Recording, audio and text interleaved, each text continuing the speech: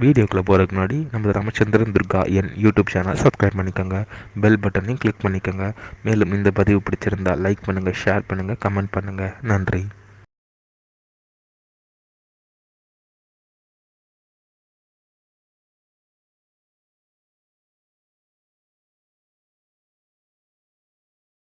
ஸ்ரீகுருப்போ நம. ஹரி ஓம். ஸ்ரீ மகாகணாதிபதியே நம. அனைவருக்கும் முதற்கண் கோடான கோடி நமஸ்காரங்கள், வணக்கங்கள், வந்தனங்கள். அனைவருக்கும் அன்பு கலந்த இனிய ஆசீர்வாதங்கள்.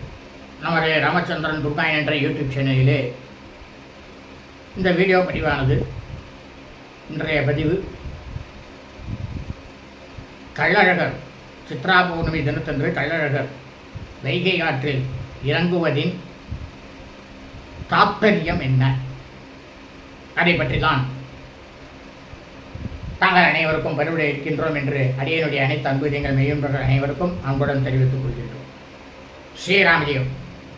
சித்ரா பௌர்ணமி கள்ளழகர் வைகை ஆற்றில் இறங்குவது பற்றிய முழு விளக்கம். பராபவ கலியுக தமிழ் வருஷம் சித்திரை மாதம் 18/1/1127 நாள் 1/5/2026 வெள்ளிக்கிழமை என்றுதான் அதிகாலை வேளையில் ஸ்ரீ கள்ளழகர் வைகை ஆற்றில் இறங்கும் வைபவமானது மிகவும் பிரம்மாண்டமாக நடைபெறும். இந்த கள்ளழகர் யார்?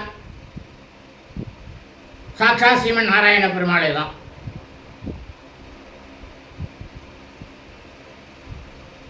நாராயண பெருமாள் என்ன பண்ணார்? கள்ளழகர் கிருத்தயுகத்திலே மாண்டூக முனிவர்,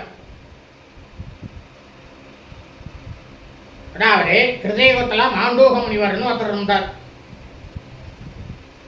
இவர் என்னன்னா தன்னுடைய 14வது வயது முடிவதற்குள்ளேயே சதுர்வேதத்தையும், அதாவது ரித்தியதோ சாம அதர்வண வேதத்தையும் வேத தர்ம சாஸ்திரங்கள் அனைத்தையும் பிராமண சத்திரிய வைசிய சூத்திர வர்ணக்காரர்களில் அவர்களுக்கு என்று இருக்கக்கூடிய அனைத்து தர்மசாஸ்திரங்களையும் கரைத்து குடித்த, வேதம் கற்றுக்கொண்டதிலே, அதாவது வேதமானது கற்றுக்கொண்டதிலேயும் சரி, தான் தர்ம சாஸ்திரத்தை கடைத்து குடித்ததிலும் சரி, இந்த மாண்டூக முனிவர் எனக்கு நிகரானவர்கள் யாருமே கிடையாது இந்த 17-14 லோகத்திலேயும் அப்படின்னு சொல்லிட்டு இந்த 17-14 லோகத்தையும் சுற்றி வந்தார். அப்ப அந்த முனிவருக்கு ஒரு 20 வயசானது இருக்கும். அந்த 20 வயதுல தியானத்தில் இருக்கும்போது இந்த பூலோகத்துக்கே அவர் வந்து சாபம் கொடுத்தார்.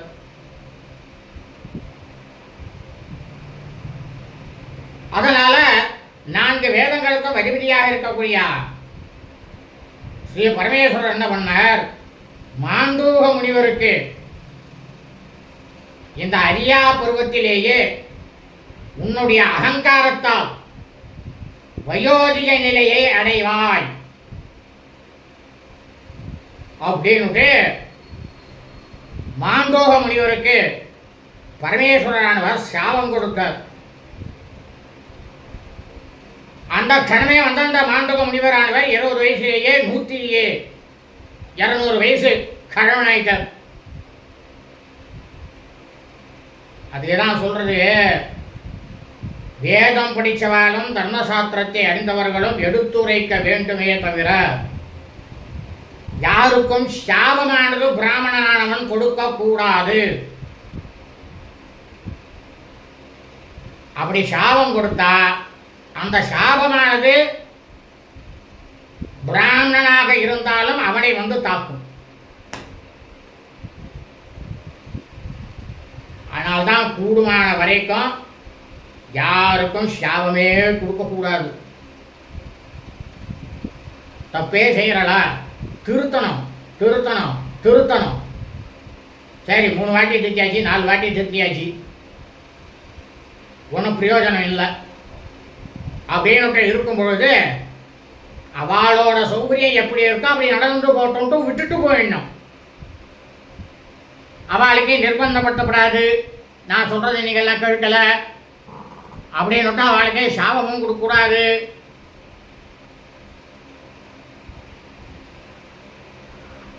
அந்த சாபமானது நம்மளே திருப்பி வந்து தாக்கும்.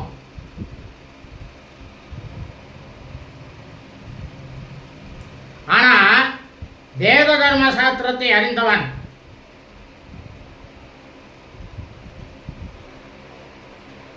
வேதம் படித்தவன் யாருக்கிட்டே மண்டிட்டு மன்னிப்பு கேட்கக்கூடாது. அதுவும் முக்கியமா இந்த இந்து சமயத்தை சார்ந்த இந்து தர்மத்தை கடைபிடிக்கக்கூடிய அடியனுடைய அனைத்து அன்பு இதயங்களும் யாருக்கிட்டையும் மன்னிப்பு கேட்க வேண்டிய அவசியம் கிடையாது. ஏன்னா இவன் யாருக்கும் கெடுதல் செய்ய மாட்டான். ஆனால் இன்னைக்கெல்லாம் அப்படியே தலைகீழ மாறிவிட்டு. ஏன்னா இது கலியுகம். அது இருக்கிறதும் தப்பு தான்.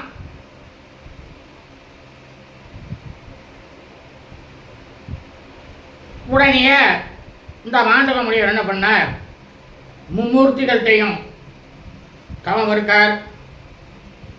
பிரம்மா வந்தார், நான் ஒன்றும் பண்ண முடியாது, பரமேஸ்வரன் ஒன்று கொடுத்துட்டார் சாபம், நீ அவர்கிட்டே போய் கேளு. உடனே பரமேஸ்வரன் இது வந்து தவம் இருந்தார். பரமேஸ்வரன் வந்தார், நீ நாராயணனை போய் பாரு. உடனே நாராயணன் நோக்கி தவம் இருக்கார் மாண்டவ முனிவர். அப்படி இருக்கும்பொழுது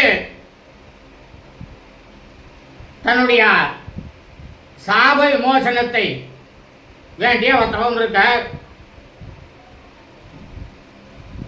அப்போ ஸ்ரீமன் நாராயண பெருமாள் இந்த மாண்டூக முனிவர் முன்னால் வந்து, மாண்டூக முனிவரே, நான் பூலோகத்தில் கள்ளழராக அவதாரம் எடுத்து வைகை ஆற்றில் சித்ரா பௌர்ணமி தினத்தன்று நீராடுவேன்.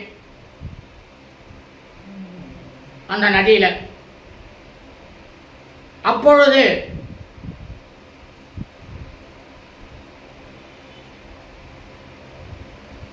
தாங்களும் என்னுடன் சேர்ந்து நீராடினால் அந்த க்ஷணமே தங்களுக்கு இந்த சாபத்தில் இருந்து விலகி உங்களுக்கு சாப விமோசனமானது கிடைக்கும் அப்படின்னுட்டு மாண்டூக முனிவர்கிட்ட ஸ்ரீமன் நாராயண பெருமாள் சொல்லிவிட்டு மறைந்தார். மறுபடியும் வர்த்தகம் இருக்க ஆரம்பிச்சார். வருடங்கள் போனது. கலியுகத்துக்கு வந்தார். என்னைக்கு இவர் கள்ளழகராக வர போறார் அப்படிங்கிறத பார்க்கறதுக்காகவே வந்தார். அப்படி வரும்பொழுது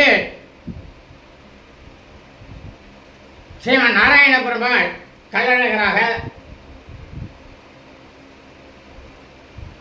சித்ரா பௌர்ணமி தினத்தன்று வைகை ஆற்றில் ஸ்நானம் செய்யும் பொழுது மாண்டூக முனிவரும் வைகை ஆற்றில் இறங்கி ஸ்நானம் செய்து